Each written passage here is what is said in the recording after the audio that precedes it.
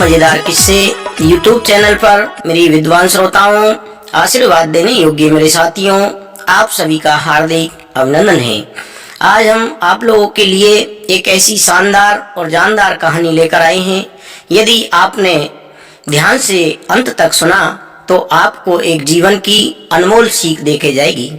एक सीधा साधा इंसान श्रोताओं अपनी पत्नी के प्यार पर आंख बंद करके भरोसा कर बैठता है और उस भरोसे में उसको अपनी प्यार की कीमत अपने प्राणों से चुकानी पड़ती है।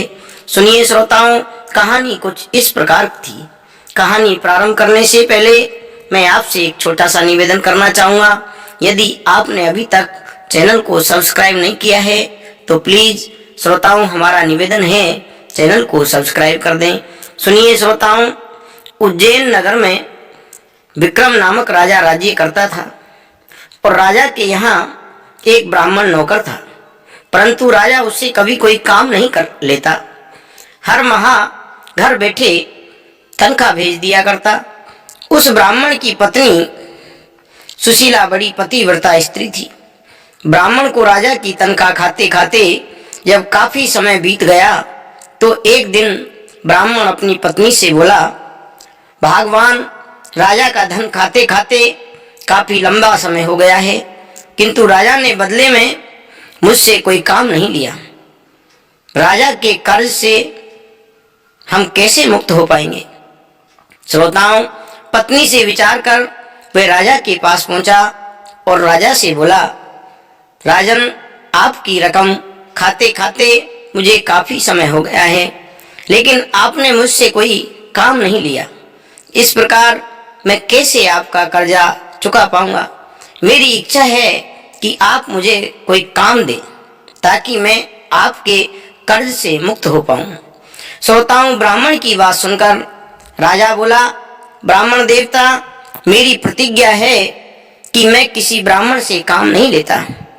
यदि आपकी यही इच्छा है तो मेरे कहने से गंगा स्नान कर कराओ और एक कलश गंगा जल मेरे लिए भी लेते आना।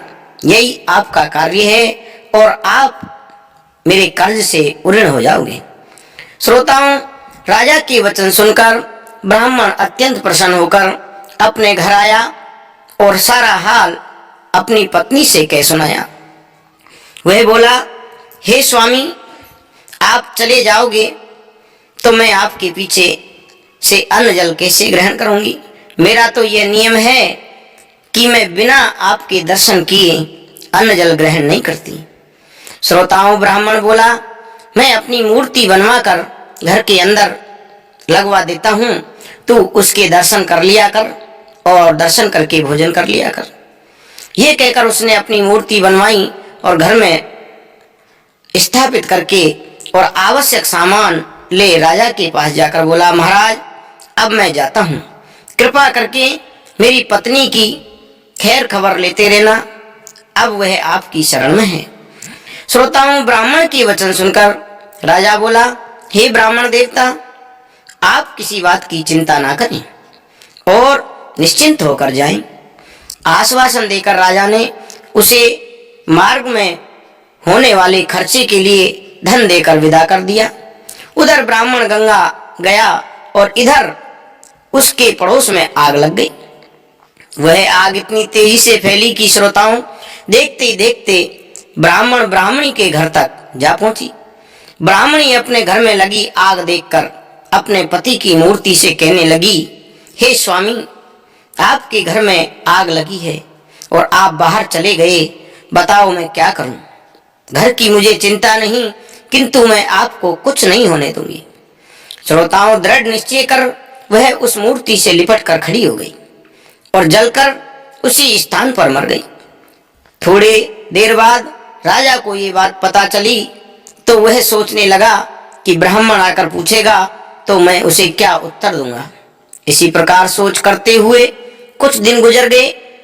इसी बीच ब्राह्मण भी वापस आ गया और घर में लगी आग और अपनी स्त्री के जलकर मरने का समाचार सुनकर ब्राह्मण आग बबूला हो गया।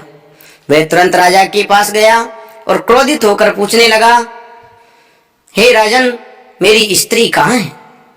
श्रोताओं, राजा ने डरते डरते सारा हाल कह सुनाया और बोला, हे ब्राह्मण देव, क्रोधित मत होइए। मैं किसी अन्य ब्राह्मण की योग्य कन्या से आपका पुनर्विवाह करा दूंगा। परंतु ब्राह्मण नहीं माना। श्रोताओं, वह बोला, जहां से भी हो मेरी वही स्त्री ला कर दो। राजा ने लाचार होकर ये कह दिया, ठीक है ब्राह्मण देव, आप एक काम कीजिए कि अपनी स्त्री की लाश को 1 मास तक तेल में रख दीजिए। मैं आपकी स्त्री को जीवित करने का उपाय करता हूं। श्रोताओं, ब्राह्मण ने वैसा ही किया और राजा राजकाज अपने मंत्रियों को सौंपकर अमृत की तलाश में चल पड़ा। कई दिनों के बाद वह एक गांव में पहुंचा और वहां एक मकान के दरवाजे पर चारपाई पड़ी देखकर राजा थका मांदा उस पर बैठ गया। उस मकान में एक बुढ़िया और उसकी पुत्र वधू रहती। उस वृद्धा का बेटा बहुत दिनों से कहीं निकल गया था, इसलिए वह दुखी थी। कुछ ही देर बाद बुढ़िया की पुत्र वधू बाहर आई और राजा को वहां बैठा देखकर मन में सोचने लगी, हो ना हो यही मेरा पति है, क्योंकि इसकी सूरत और मेरे पति की सूरत एक जैसी ही मालूम होती है। श्रोताओं, ये बात मन में विचार करके वो भीतर गई और सास से कहने लगी, मुझको ऐसा प्रतीत होता है कि आपका बेटा द्वार पर बैठा है। श्रोताओं, बहू की बात सुनकर बुढ़िया दौड़कर दरवाजे पर आई और बोली, बेटा तू इतने दिनों से कहाँ था? देख, तेरी याद में तड़प तड़प कर मेरी ये दुर्दशा हो गई और तूने मेरी सुध भी नहीं ली। श्रोताओं, बुढ़िया की बात सुनकर राजा अपने मन में सोचने लगा, हे ईश्वर, ये क्या बला सिर पड़ी। फिर वह वृद्धा से बोला, मैं तेरा बेटा नहीं हूं मां, पर तू अपने बेटे का हाल बता, मैं तुझे तेरे पुत्र से मिलाने का उपाय जरूर करूंगा। ये सुनकर बुढ़िया कहने लगी, श्रोताओं, मेरा पुत्र 12 वर्ष की आयु में जब उसका विवाह हो गया था तो कहीं चला गया और आज 20 वर्ष हो गए, मगर अब तक लौट कर नहीं आया। उसकी पत्नी बेचारी चिंता में सूख कर कांटा हो गई है। श्रोताओं, राजा बोला, क्या तुझे उसका कुछ हाल या अता पता मालूम है कि वो कहाँ है?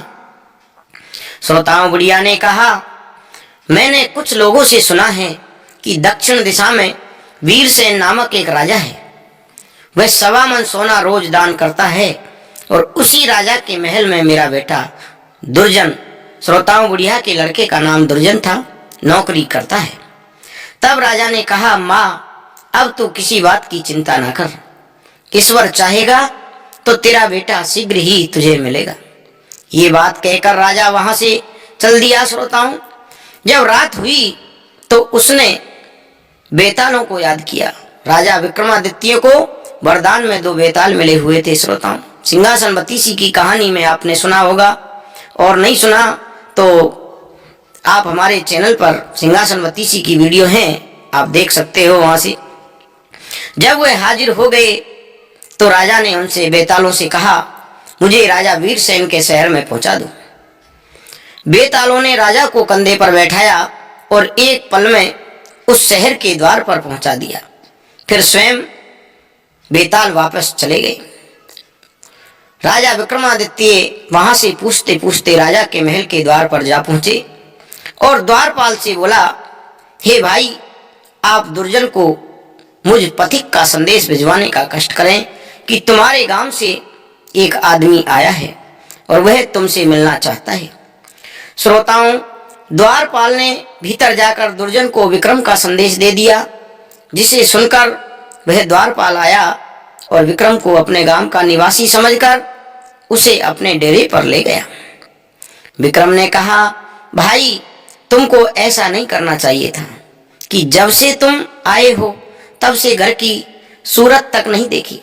तुम्हारे घर तुम्हारी माता और पत्नी रो रो कर दिन बिताती हैं। तुम्हारे लिए उचित यही है कि जैसे भी बने शीघ्र ही उनकी सुध लो और घर चले जाओ। श्रोताओं, राजा की बातें सुनकर दुर्जन बोला, भाई, मैं क्या करूं, विवश हूं।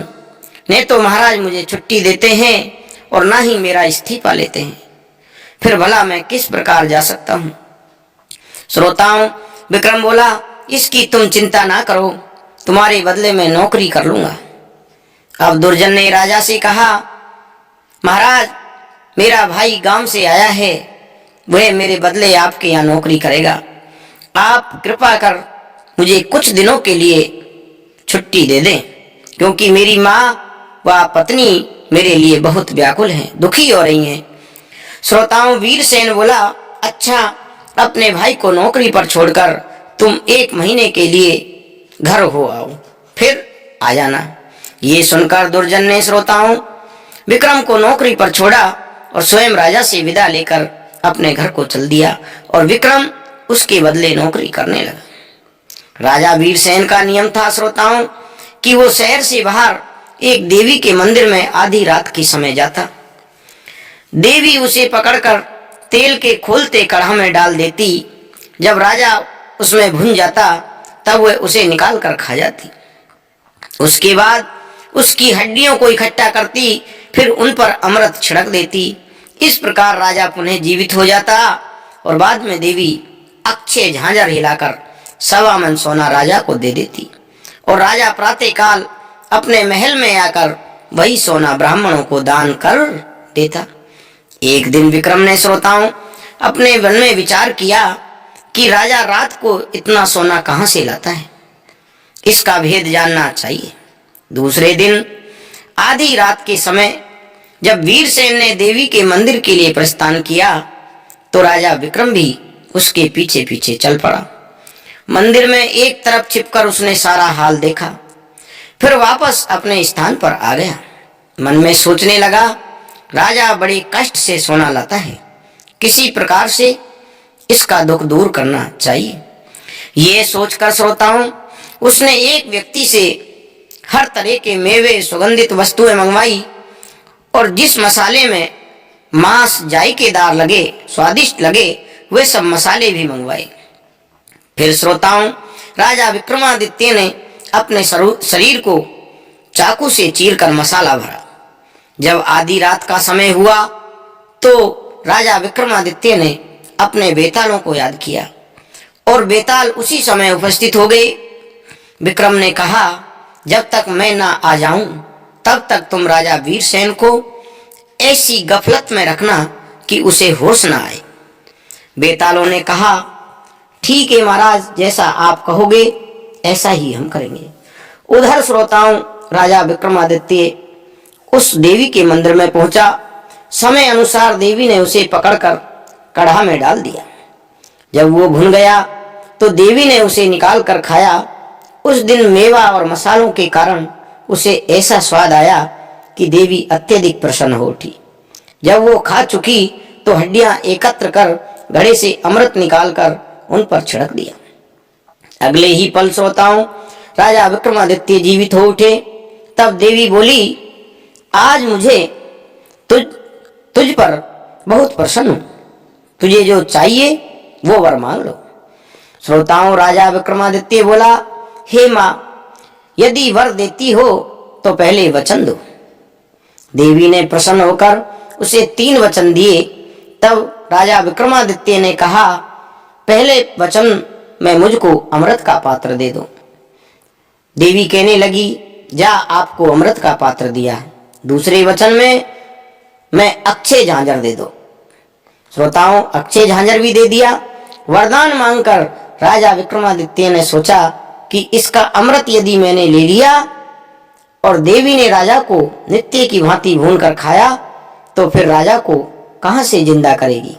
इसलिए तीसरे वचन में ये सोचा कि ना यह यहाँ रहेगी और ना राजा की जान जाने का डर रहेगा। अतः तीसरे वर में राजा ने देवी से कहा कि आप यहाँ से छोड़कर कहीं दूर चले जाओ। इस प्रकार तीनों वचन देकर देवी वहां से चली गई। श्रोताओं, तब विक्रमादित्य दोनों वस्तुओं को लेकर राजा के कक्ष में आ बैठा और बेतालों को वापस भेज दिया। जब बेताल हटे तो वीरसेन की आंखें खुली। वह घबरा कर मंदिर की ओर दौड़ा। वहां जाकर उसने देखा तो कोई नहीं था। कढ़ा भी औंधा पड़ा हुआ था। ये देखकर वह बहुत घबराया और मन में सोचने लगा, कल सुबह सोना कहाँ से दान किया जाएगा। लोग कहेंगे कि राजा का दिवालिया हो गया, खजाने में धन नहीं रहा। ऐसा सोचते सोचते श्रोताओं वह घर आकर पलंग पर पड़ गया, पर उसे रात भर नींद नहीं आई। करवटें बदलते बदलते सवेरा हो गया। भिक्षु पुकारने लगे, महाराज प्रातः काल हो गया, दान करने के लिए सिंहासन पर विराजिए। श्रोताओं भिक्षुकों की पुकार सुनकर राजा अत्यंत दुखी हो रहा था। राजा को शोक के समुद्र में डूबा देखकर राजा विक्रमादित्य ने कहा, हे स्वामी, आप उदास क्यों हो?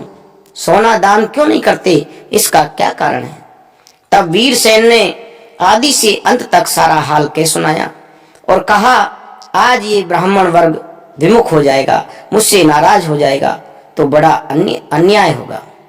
विक्रम ने श्रोताओं अक्षय झांझर देकर राजा वीरसेन से कहा, पहले तो आप कष्ट भोग कर सोना लाते थे, अब इससे सरलता से ही सोना लेकर दिया करें। वीरसेन चकित होकर पूछने लगा, ये झांझर तुम्हारे हाथ में कैसे आई? राजा विक्रम ने राजा को सारा हाल कह सुनाया। सुनकर वीरसेन राजा विक्रम के पैरों में गिर पड़ा और बोला, आप धन्य हैं बंधु, आप कौन हैं? तो विक्रम ने बताया, मैं उज्जैन नगर का राजा विक्रमादित्य हूँ। अमृत की तलाश में था कि मार्ग में मुझे दुर्जन की माता मिली।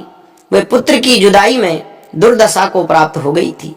मैं उससे मिलकर यहाँ दुर्जन को उसकी माता की दुर्दशा से अवगत कराने चला आया। तब वीरसेन बोला, आप धन्य हैं राजन, जैसा आपके बारे में मैंने सुना था वैसा ही आपको पाया।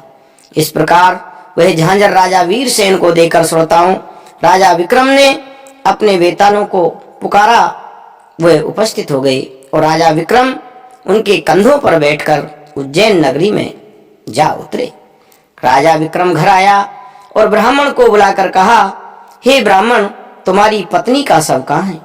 ब्राह्मण तेल के कढ़ाई में अपनी पत्नी की लाश निकाल कर ले आया। श्रोताओं राजा ने जो ही उसके ऊपर अमृत छिड़का वह उसी समय जीवित हो गई और सुंदर नौजवान तरुण अवस्था वाली युवती दिखाई देने लगी और उसका पति बूढ़ा ही रहा। अब जैसे तैसे समय गुजरता गया वैसे वैसे वह स्त्री दूसरे पुरुष की इच्छा करने लगी। उसके पड़ोस में श्रोताओं हरिदत्त नामक एक ब्राह्मण रहता। वह जवान और रूपवान था। एक दिन उन दोनों की नजरें मिली तो दोनों एक दूसरे पर फिदा हो गए। उनमें ऐसी प्रीति बढ़ी कि दोनों एक दूसरे के बिना एक क्षण भी नहीं रह पाते। इस प्रकार केली आनंद करते करते उस स्त्री को गर्भ ठहर गया। जब उस बूढ़े ब्राह्मण को उस स्त्री के पति को सारा वृतांत मालूम हुआ तो उसने अपनी पत्नी को खूब मारा। उस स्त्री ने एक रात क्रोधित होकर अपने पति को मार डाला। स्वयं हरिदत्त को साथ लेकर किसी दूसरे शहर में चली गई। जब 9 महीने पूरे हुए तो उसके एक सुंदर पुत्र पैदा हुआ। श्रोताओं वह लड़का कुछ ही दिनों में होशियार हो गया। तब हरिदत्त रोजगार के लिए किसी दूसरे शहर में गया तो उधर उस स्त्री की निगाहें एक सिपाही से लड़ गई। एक दिन वह सिपाही के साथ भोग विलास कर रही थी कि लड़के ने देख लिया और वह बच्चा बोला कि मैं तेरी सब बातें पिताजी से कहूंगा। श्रोताओं ये सुनकर लड़के की माता को बड़ा क्रोध आया और उसने उस लड़के को पकड़कर उसी सिपाही की तलवार से टुकड़े टुकड़े करके उसे कोठरी में गाड़ दिया और स्वयं उस सिपाही के साथ ऐश मौज करने लगी। कुछ दिनों बाद हरिदत्त वापस आया तो उसे मालूम हुआ कि उसका लड़का मर गया। अपने लड़के की मृत्यु का हाल सुनकर हरिदत्त को बड़ा दुख हुआ। जब हरिदत्त के घर में रहने से सिपाही के साथ उसकी ऐश मौज नहीं हो पाती। एक दिन संयोगवश हरिदत्त किसी गांव में गया तो उस दिन मौका अच्छा देख सिपाही आ गया और दोनों ऐश मौज करने लगे। जब दोनों ऐश मौज करने लगे, साथ साथ बैठ रहे थे, तो उस उल्टा स्त्री ने कहा, प्यारे, तेरी जुदाई मुझसे सहे नहीं होती, और वह निगोड़ा बूढ़ा ब्राह्मण 8 पैर घर में रहता है, उससे कैसे छुटकारा पाऊं। श्रोताओं, सिपाही बोला, उसको मार डाल, उससे छुटकारा पाने का यही एक रास्ता है, और तभी तेरी मेरी प्रीति बढ़ेगी। स्त्री ने कहा, ठीक है, मैं ऐसा ही करूंगी। तभी हरदत्त भी आ पहुंचा। अपने घर में उस सिपाही को देखकर उसे बड़ा क्रोध आया, और क्रोधित हो वह उसे मारने को दौड़ा। तभी उस स्त्री ने हरिदत्त के हाथ पकड़ लिए और सिपाही ने उसका सिर अपनी तलवार से काट डाला। श्रोताओं, कभी भी ये कहानी हमें सीख देती है, किसी भी स्त्री क्या किसी भी इंसान पर हमें आंख बंद कर कर इतना विश्वास नहीं करना चाहिए, क्योंकि विश्वासी लोग दुनिया में थोड़े ही हैं। इसलिए विश्वास करने के साथ साथ हमें होशियार भी रहना चाहिए। हो सकता है किसी दिन हमारे साथ धोखा हो गया तो हमें पछताना पड़ेगा। श्रोताओं, यदि आपको हमारी कहानी अच्छी लगी हो तो प्लीज़ हमारे चैनल को सब्सक्राइब करना नहीं भूलें, और लाइक करें और अपने मित्रों में शेयर करें, और साथ ही साथ अपना सुझाव कमेंट बॉक्स में लिखकर हमको ज़रूर बताएं श्रोताओं, जिससे कि हम नई नई कहानियाँ आप लोगों के लिए लाते रहें। धन्यवाद।